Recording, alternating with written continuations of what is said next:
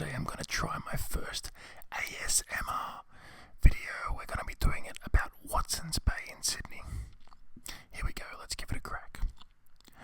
With stunning harbour views and gorgeous beaches, Watson's Bay is a great place to experience some of Sydney's finest qualities. One of my favourite places in Sydney, Watson's Bay is Australia's oldest fishing village and is where you can take a stroll along the picturesque coastline or wine and dine at one of Australia's most celebrated seafood restaurants. Overlooking Sydney Harbour, Doyles on the beach has long been a fine dining institution for those looking to experience fresh fish, lobsters, prawns and much more. The Doyle family first opened their doors in Watson's Bay in 1885. At Watson's Bay you can choose from the cheaper takeaway option of Doyles on the Wharf or the more upmarket sit-down restaurant of Doyles on the Beach. Both use the famous recipes of Alice and Peter Doyle, so if you're going to eat seafood in Sydney, this is the first place I would recommend you try. My personal favourite is the beer-battered calamari or fish that they sell. There's also a lively, fun and warm welcome at Watson's Bay Wheat Beach Club next door. This harbourside retreat boasts casual waterfront dining and a bar hotspot, and they also have crab races every Sunday afternoon. You can have a punt, and if your crab wins you get a beach club gift voucher. The beach club and Doyles on the Beach are both attached to Watson's Bay Boutique Hotel.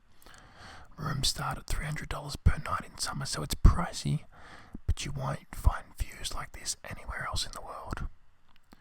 One of the best ways to enjoy the harbour views around Watson's Bay is to take a coastal walk.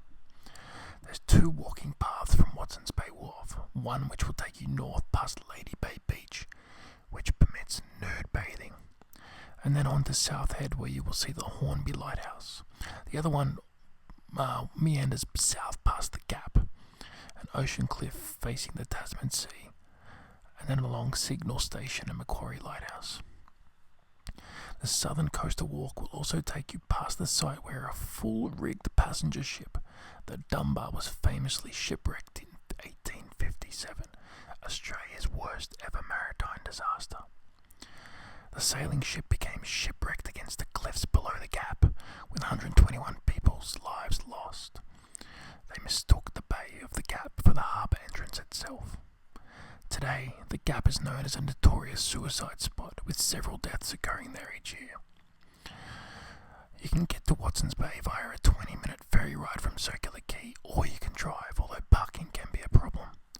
My insider's tip is that when you get to this roundabout at the entrance of Watson's Bay, turn left instead of following straight the sign to go right, and there's a hidden free car park which usually has a free space. It'll probably save you a 15-minute walk from the other parking you can find on the other side. I hope you enjoyed this video. Let me know in the comments and likes. See you next video.